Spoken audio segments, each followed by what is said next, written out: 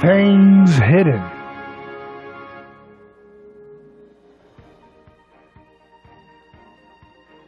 Welcome to Things Hidden, the podcast that I do. I'm your host, David Gornoski, and this is our deep dive look at anthropology in light of the personhood revolution, which is the term I call for what Jesus started in history to change politics, to change our outlook about news and history and all sorts of things that affect your life every day.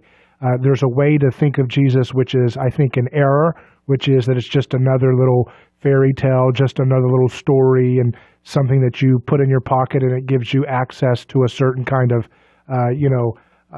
social club that's an in crowd, and then you get to act like you're righteous compared to others, and all these little tropes and stigmas that get associated with that word. Some people say, I agree with you, but why do you have to use the word Jesus? Because it might scare people off. Well, look, just because there's a lot of error and bad ideas that have been misapplied to the name Jesus doesn't mean that this is not the most important story of our time. And if you understand his story, if you understand what his movement is doing in history, your headlines will pop out way more three-dimensionally when you read the headlines in the world affairs of your time. It'll make sense why every top box office movie, for example, in Hollywood, are always dealing with the question, God desires mercy or sacrifice. Now, do they say God explicitly? No. But every character, whether it's Spider-Man or Batman or Star Wars or whatever, they're all little avatars and symbols for the highest good, which is another way of referring to the little gods or idols of our time. Idols are representative of that which we aspire to be like, the highest purpose of our being, the thing that we wish we could be, right? And so when we watch stories, those little characters, those little avatars, those little figures that we concoct in our imagination in our time reflect the worldview that's percolating and has been moving in this direction for some time. So it's always a way to kind of see, when you go to the cinema and you watch a pop movie or even a more dramatic film, you're always going to see kind of the subtext of your society displayed for you. You'll see it's like watching children play in a sandbox, and the stories they tell each other as they're playing oftentimes reflect the bigger themes that they've learned in their family. And that's kind of what we do when we go into a dark room and watch a movie at a movie theater or at our house or whatever, and we try to do it as a social thing. And it's been happening for thousands of years with ancient dramas and plays in different societies in Japan and Greece and so on. Those were always representative of the divine order, the way things should be, the way things are, the way things will be, were reflected in those stories. But I want to pick up on a thread and move a little bit outside of the events surrounding Jesus' direct time in the Gospels, and then go to Acts, the book of Acts, which was written by Luke, one of his followers, who is going to kind of weave similar themes that he weaves into the Gospel of Luke in this book of Acts as he talks about the early days of the followers of Jesus and what they did and what they encountered when they heard the good news. So take this theme to be good news versus bad news. The good news is that's what the word gospel means. It means good news. So it's like a good thing. It's a good story. It's a good revelation of what's happening in history. It's positive, right? Doesn't mean it's easy. Doesn't mean it's something that you can just say is easy to follow or whatever. But it is good. It's a good thing to hear it. And then bad news or fake news, you could call that mythology, and that's kind of where most of humanity was, basically all of humanity was kind of trapped in the placenta of mythology or fake news, and all over the world. I mean, I was just, listening to a video the other day that was describing some of the various different sacrificial ritual practices of ancient communities. And I was just amazed at, it's just always amazing because it's something I've been studying for years, but still it's just always amazing to hear the horrific details of some of the things that people did, and it was all over the world. The Incas, the Aztecs, the Hawaiians, the Chinese, the Germans, the Celtics, the Mesopotamians, ancient Israelites, the Japanese, they all practice ritual sacrifice of humans, and oftentimes children and infants, on a mass scale sometimes, right? And so this is like, oh, that's so tough, right? This is not a dinner table conversation, right? And it's like, oh, we don't want to, we want to avert our eyes to this. But it's important to understand this, because once you start to see the patterns of history, it just makes news, it makes what you're seeing so much more clear in what's happening. So the question I want you to think about is, how did all these disparate nations and communities have the same answer for the gods or the way of their world functioning, that they had to have human sacrifice? I mean, did they all get together? Did the Chinese meet the Aztecs and the Incas, and did they meet the Germans and the Japanese, and they all had some like common meetup group tens of thousands of years ago or something, and they said, okay, well, this is how we figure out how to solve our problems. We sacrifice a human to the gods, and then things go well. The rain rains on our crops, and the sun comes out, and we don't have diseases, and we don't have the death of our children, and so forth. Obviously not, right? So there's a pattern, there's a function in the human species that stumbles on to this little pattern of resolving tension, and that is ritual human sacrifice. So, and then in the story of Jesus and the leading up to it, and the stories prior to Jesus and the Jewish prophets, you see a breaking of this sacrificial way of doing things, and kind of a new way of looking at things, where instead of seeing history from the vantage point of the winners who do the sacrifice, who benefit from the sacrifice, and then write the history in such a way that the victims of sacrifice either are happy, they write their narratives as if willingly and happy to go to their death for the greater community, or sometimes in some mythology it's written as they were monsters and they were awful and they deserved the awful death that came to them. But in all these different stories, it's just the way the world goes. It's a cyclical pattern. You have birth, you have growth, you have death, and then you have rebirth. And how is rebirth in a society done? It's done whenever you have to sacrifice some or one for the greater good of the many. But it was founded on fake news. Fake news, which is that, people really believed, just like there's a lot of fake news mythology trying to be done every day in our own lives in a different way today. People really believed in the logic that the crowd or the group, exercised when they would point out a common enemy, someone who was oftentimes an insider or someone who had characteristics of both outsider and insider, status, and they really believed that they were guilty and deserving of the punishment of the gods, so to speak, through the gods, vessels, being the priests, the leaders, the rulers of the political order of their time. But in this story in Acts, the Peter and John, the disciples of Jesus, they are confronted by the Sanhedrin, the same body that had killed Jesus before, with Pilate, and so Pilate, the governor for Rome of the Judea area, and so as soon as they leave the chief priests and elders in Acts, it says that Peter and John pray out loud to their followers. They pray to God, saying, you spoke by the Holy Spirit. And remember, the word Holy Spirit means paraclete. It means defender. So you spoke by the defense attorney through the mouth of your servant, our father David, the king. Why do the nations rage and the peoples plot in vain? The kings of the earth rise up and the rulers band together against the Lord and against his anointed one, his chosen one, right? So I guess what I'm trying to get at here is, why would the nations rage? What are they talking about? Is that just some esoteric religious mumbo jumbo that we just, oh, that's pretty and weird and it doesn't mean anything for our time. No, it means everything for your time.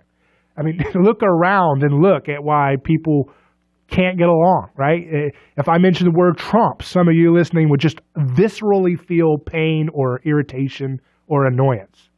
And if I say Trump in a not negative light, some of you will say, I think he might be a Trump fan. I'm going to like him a lot less now. And if I say Hillary Clinton, some of you will viscerally feel anguish, right?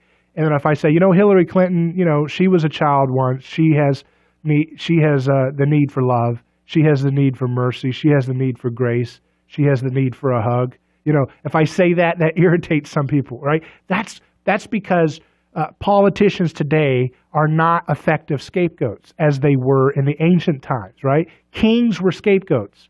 It's not just that, it's just the poor that are always the target for scapegoat sacrifices. It's also people at the top. They function as a scapegoat too.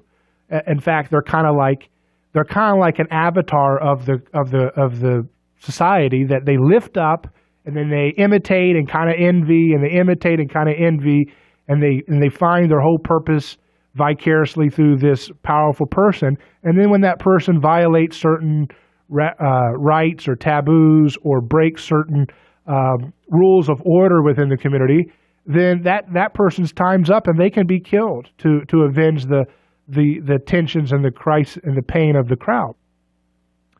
So always think of this, that whenever it says the gods demand sacrifice, scratch the word gods out and replace it with the crowd.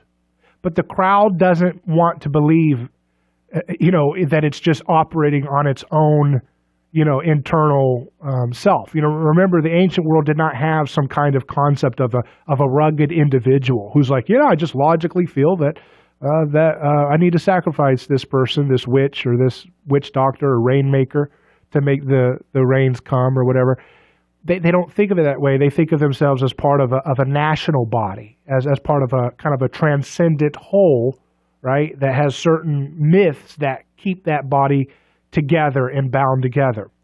And so, in effect, when Jesus unmasks the sausage-making process that religions use to keep humans from destroying each other in chaotic violence, which is just, instead of bottling up, imitational patterns of aggression that are building within a community, like sacrifice does. If you don't have sacrifice in the ancient world, you could obviously easily turn into a war of all against all and go extinct.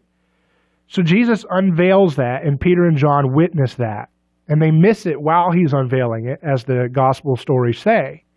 But they abandon him. John doesn't really abandon him, but he certainly doesn't speak up or do anything to stand up against the mob that wants to kill him and does kill him. But they're affected by that, and they change their mind about what God is and what the purpose of life is. Right? They move away from Peter especially had this outlook that's very political, just like our time today, which is it's always nice to be cute and fun and friendly, but you got to roll up your sleeves and create a political change through force. We got to get the crowd on our side and then storm the Capitol. And in Peter's case, it's Jerusalem. In our case, in America, it's D.C. And we got to storm it, through political, workmanship or good old-fashioned uprising, and then we'll be able to implement Jesus' beautiful ideas for the least of these from power, from force, right? And of course, Jesus says, no, you can't do it like that. That's the way everybody else does it. That's how you lord over, right? That word lord is another word for, that's how you dominate over other people. We don't do things like that. If you want to imitate me, if you want to be a Jesus imitator, which is what the word Christian means today, then you can't go to politics to get your justice done. If you feel like people are being scammed out of healthcare, if they're being scammed with environmental issues, or being scammed with their wages, scammed with their whatever, you don't have the right.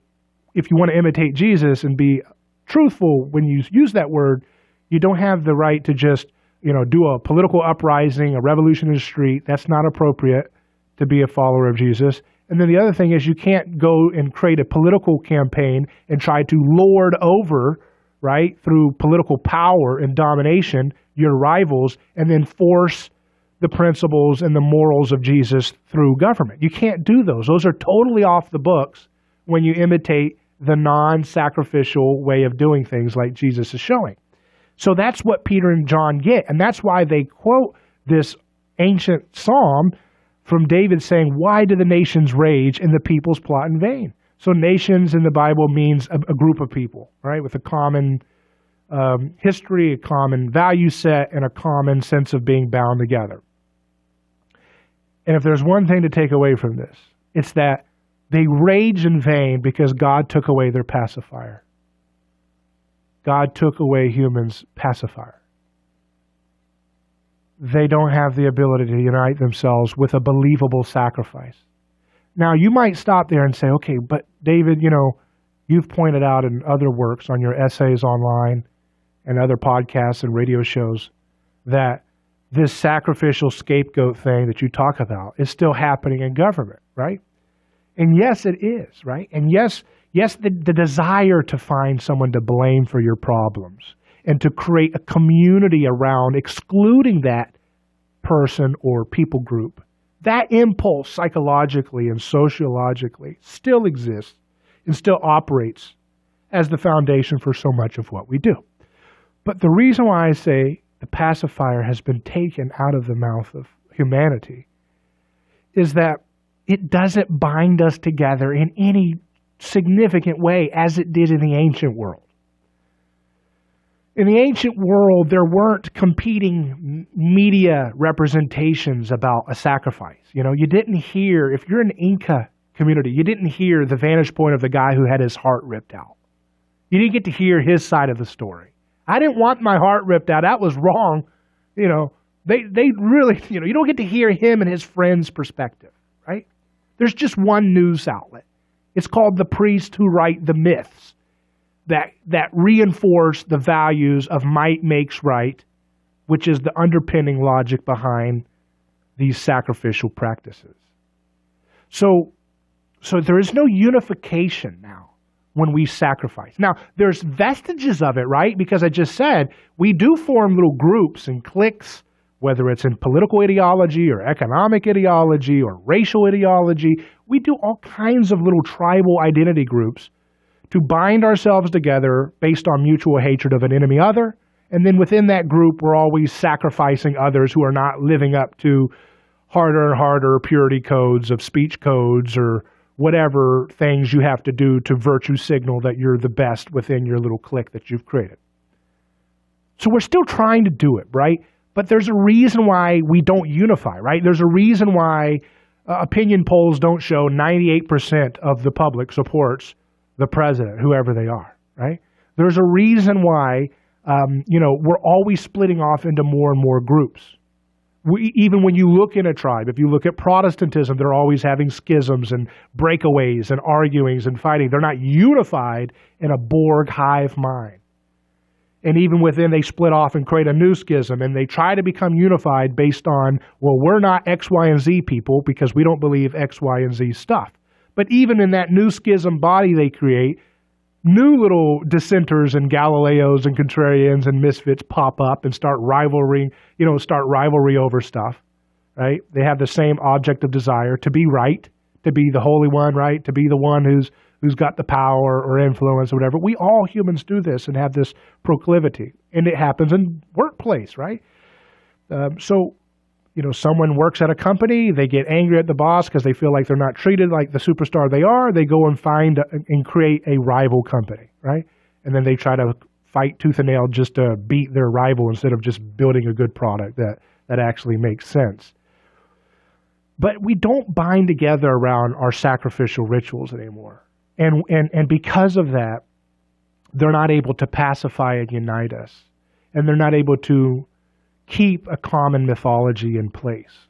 I mean, if you look at the New York Times, they have this new series where they're reflecting on, I think it's 1619 is the name of it. It's about, looking at a new founding moment in American history, which is when slavery was brought into the North America.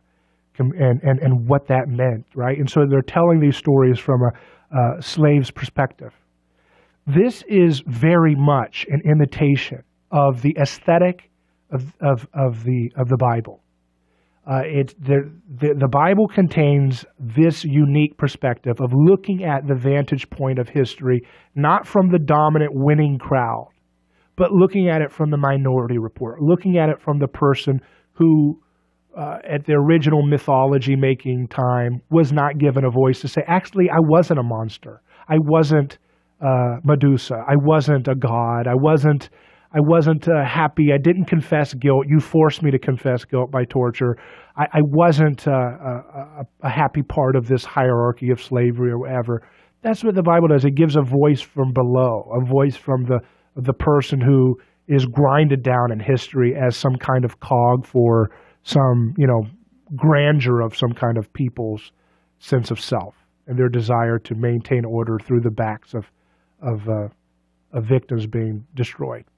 So that's so you see this working out, and you see that you can't go back, right? The more this story infects the whole globe because of the influence of the West and the whole world, and how globalism makes the whole world want to imitate the values and ways of doing business that the West has. And the West is particularly infected with Christianity the most.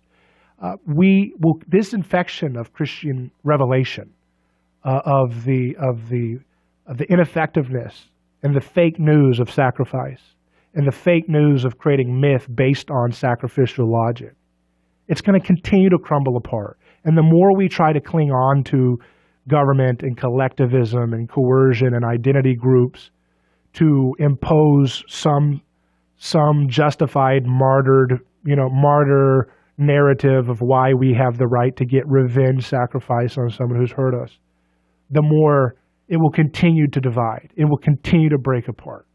And that's what it means when Peter and John are talking about why the nations rage and people plot in vain. It's in vain because you can't put the sacrificial cat in the bag, right? You can't put it back in the bag. Once it's out, it's like it unveils what we do to each other. And that's where we're at in history right now, is this radical opportunity to see what we're doing, move out of it, move into a more intelligent way of telling stories together. There's two ways of telling stories, broadly speaking. You can tell a story that's based on love and creativity, based on wonder. That's a win-win situation. Based on a forward-looking direction in life. Let's go create. Let's go come together and solve things by thinking through together and finding solutions that work for everybody, not compromising with a little bit of violence here, a little bit of violence there, but actually just letting go of politics and saying, how can we solve diseases? How can we solve pollution without relying on political tribal violence? That's the kind of thing that the stories that we need to tell. And that means we have to make media in your own life and my life, everybody, we have to use media, use your voice to tell the story of people who are doing that, and then tell the story of people who are wrongful victims of collective violence, of the bad policies that continue to persist as nations try to keep sacrificial violence in the heart of how they operate with treating their neighbors and keeping people together, because it won't bind us together. You know that saying, united we stand, divided we fall. You cannot unify nations back in the way it has been in the past, because this story of Jesus makes the nations rage. It makes us all enraged, right? Because we want justice, but we don't agree on who the scapegoats are, right? We don't agree on who's the innocent ones, and we don't agree on who the oppressors are. And the more we wake up to who we are and what we have done in history, the more we're afflicted by this feeling of guilt. And so whenever we feel that guilt, we want to project it onto somebody else so that we can quarantine that guilt onto the back of somebody else and make them feel shamed. It's shame shifting. We want to shift the shame onto somebody else. But it won't give us catharsis. It won't give us peace. It won't pacify us. It won't bind us together, because we're plotting in vain. And so the kings of the earth today, politicians and their corporate crony buddies and all their fancy things, they're going to continue to rise up, and they're going to continue to band together against the Lord, against His anointed one. That word means the chosen one, the one who split time, the one who gives us this direction to solve problems nonviolently. So we can tell stories in a positive way, like the good news of the Gospels, which is based in love as the motif and the theme of our stories, whether fiction or nonfiction, whether news media or personal stories. We can tell stories in love,